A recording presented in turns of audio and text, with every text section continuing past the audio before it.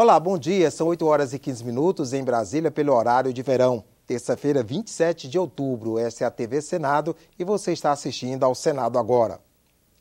A MP 680, que institui o Programa de Proteção ao Emprego, está na pauta do plenário desta terça-feira. A MP foi lida na semana passada e já tranca a pauta, ou seja, impede outras votações. O Programa de Proteção ao Emprego é uma iniciativa do governo para tentar evitar as demissões na iniciativa privada. Ele permite às empresas em dificuldades financeiras diminuir a remuneração e a jornada de trabalho dos empregados em até 30%, desde que preservem os empregos. Nesses casos, o governo deverá usar recursos do FAT, Fundo de Amparo ao Trabalhador, para pagar até metade da parcela do salário que o trabalhador deixar de receber, limitada a 65% do teto do seguro-desemprego. A estimativa do governo é de que deverá gastar cerca de 97 milhões de reais de recursos do FAT com o programa. É uma medida provisória temporária que tem como único objetivo garantir a manutenção do nível de empregabilidade no Brasil. O texto aprovado pela Câmara traz algumas mudanças em relação ao texto inicial da MP. Os deputados ampliaram de 12 para 24 meses o tempo que as empresas poderão permanecer no programa.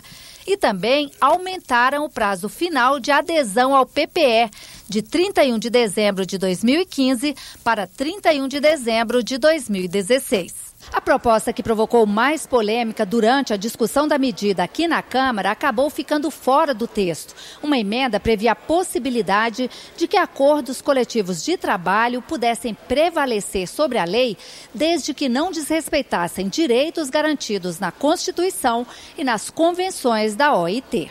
Queria colocar o acordado acima da lei, aí seria realmente ferir de morte a CLT. Acho que bom que houve o recuo e ficou somente o projeto original, ou seja, é permitido a redução de jornada em época de crise como forma de combater o desemprego.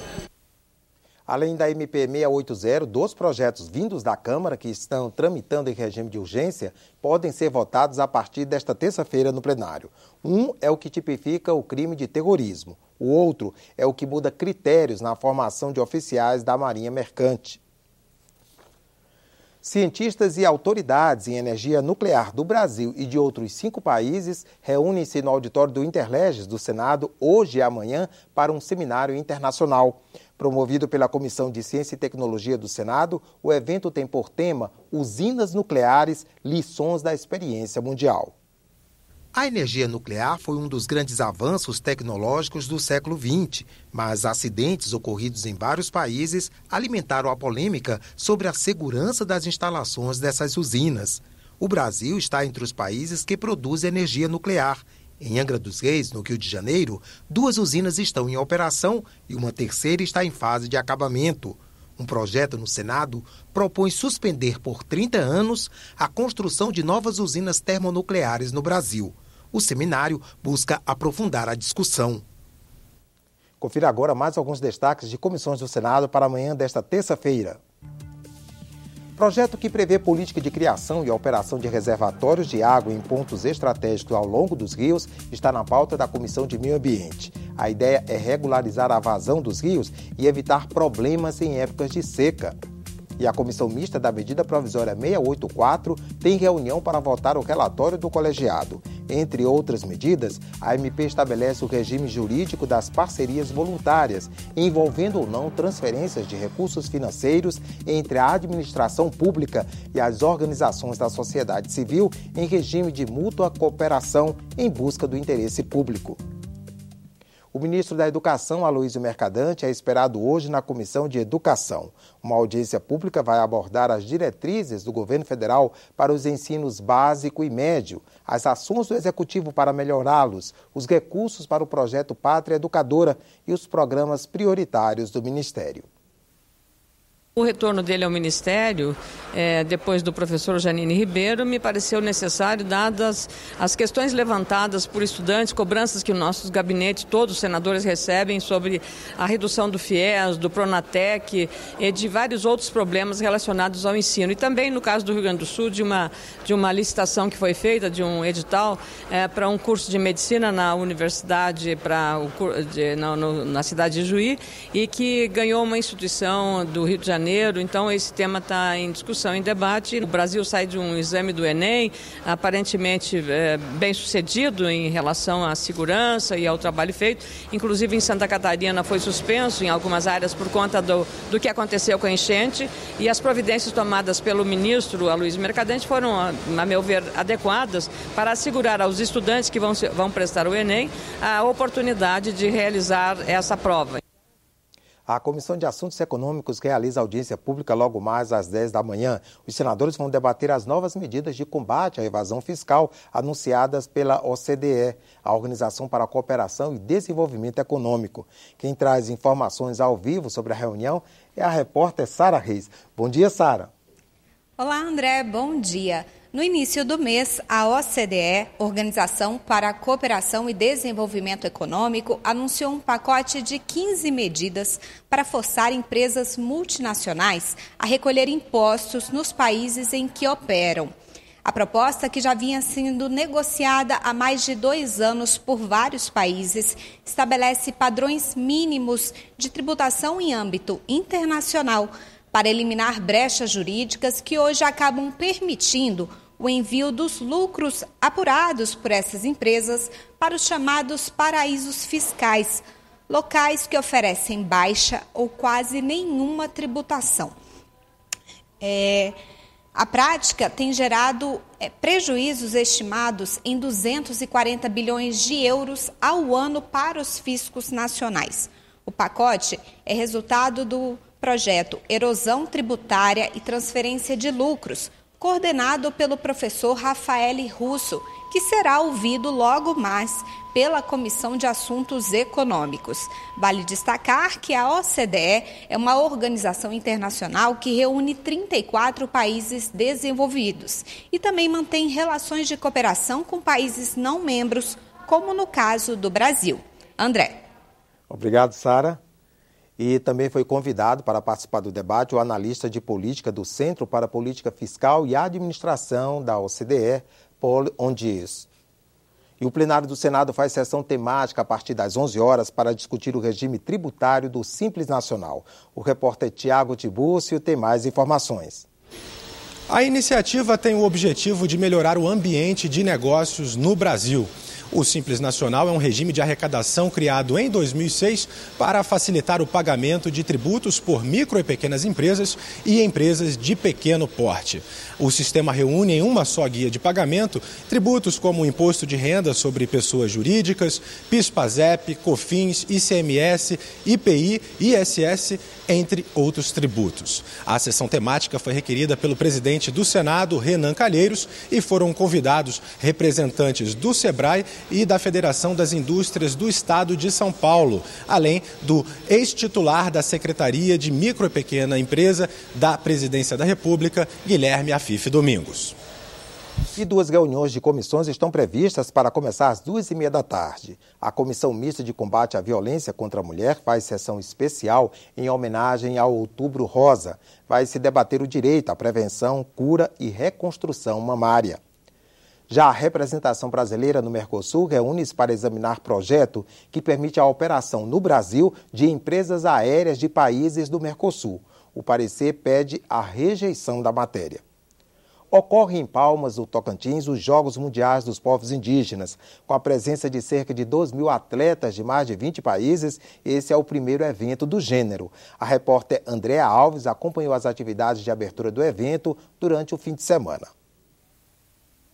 As opiniões sobre esta primeira edição dos Jogos Mundiais Indígenas têm sido totalmente diferentes.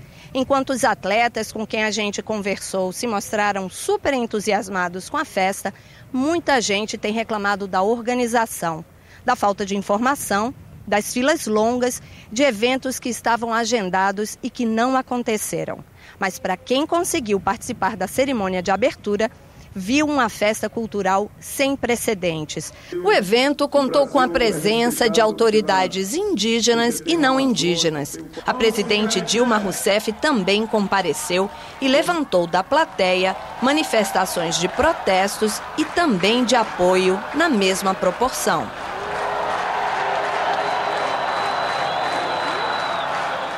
Mas os ânimos mudaram e os queixos caíram quando a festa realmente começou, com uma apresentação de Margarete Menezes, madrinha desta edição dos Jogos Mundiais dos Povos Indígenas. Ao som do Apoxé, filhos de Gandhi. Houve também a apresentação de quadrilha junina da cidade de Palmas, ao som da Orquestra Sanfônica. Um casal de atletas deu uma volta olímpica com fogo sagrado, símbolo da força espiritual dos indígenas.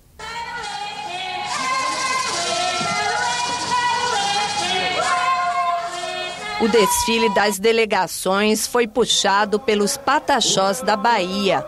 Mais de 40 etnias brasileiras e estrangeiras mostraram seus trajes, adornos, cantos, dança. Entre os que vieram de fora, Chile, México, Estados Unidos, Mongólia e os alegres representantes dos Maori da Nova Zelândia. Uma versão ticuna do hino nacional emocionou as cerca de 5.000 pessoas que receberam convite para a festa. Houve ainda demonstrações de corrida de tora, danças e o acendimento da pira. Declaramos aberto a primeira edição dos Jogos Mundiais dos Povos Indígenas. O senador Donizete Nogueira participou da cerimônia de abertura. Ontem teve uma demonstração de que nós podemos ter um mundo mais pacífico, mais solidário, um mundo que possa estar celebrando mais a diversidade, os costumes de cada povo. Então eu estou ainda emocionado e muito feliz de ter tido a oportunidade de estar aqui ontem na abertura, né, dos primeiros Jogos Mundiais Indígenas. O evento assim, da abertura como festa, né, é um detalhe importante para a sociedade, para conquistar, para gerar opinião, né? Os jogos não são competitivos, não interessa ganhar. É uma demonstração de habilidades, como o arco e flecha praticado por atletas de vários países e outras modalidades típicas. O jogo para nós é diversão, companheirismo, para que os nossos jovens se envolvam mais no esporte, para que tiramos tempo deles, para não se envolver com as coisas ilícitas. Tô adorando. Por quê? Porque é uma coisa vinda de longe daqui, de outras regiões. O evento tem mais do que jogos, uma concorrida feira de artesanato internacional, um espaço para agricultura indígena, um lugar para debates que na primeira roda reuniu Cafu, do Penta, Giba, do vôlei, Robson Caetano, velocista, e Felipe Fraga, piloto de Stock Car. Há ainda a Oca Digital, onde indígenas podem ter aulas de mídias sociais, webconferência e criação de blogs. A procura tem sido grande. A gente percebe que muitos estão tendo o primeiro contato com o computador, né? Mas de alguma forma o objetivo é que alimente na ideia deles o buscar do conhecimento e ver o que a gente tem de tecnologia hoje no mercado, né, para que eles comecem a utilizar essa tecnologia. Esse Facebook eu uso para bater papo, né, do nosso aldeia lá, porque a nosso telefone, quando não tem muito crédito, nós não sei código pegar para ligar lá, né, 65. Aí eu entro no Face e falar pro meu parente lá na aldeia. Agora, a grande novidade mesmo foi o desfile de beleza indígena. Guerreiras brasileiras e estrangeiras mostraram com muita graça seus trajes típicos e pinturas corporais. A variedade de estilos salta aos olhos e representa bem a diversidade climática dos países. A celebração da beleza culminou com um longo show de fogos de artifício. Isso é mesmo histórico. Uau, não acredito. Tô tão feliz.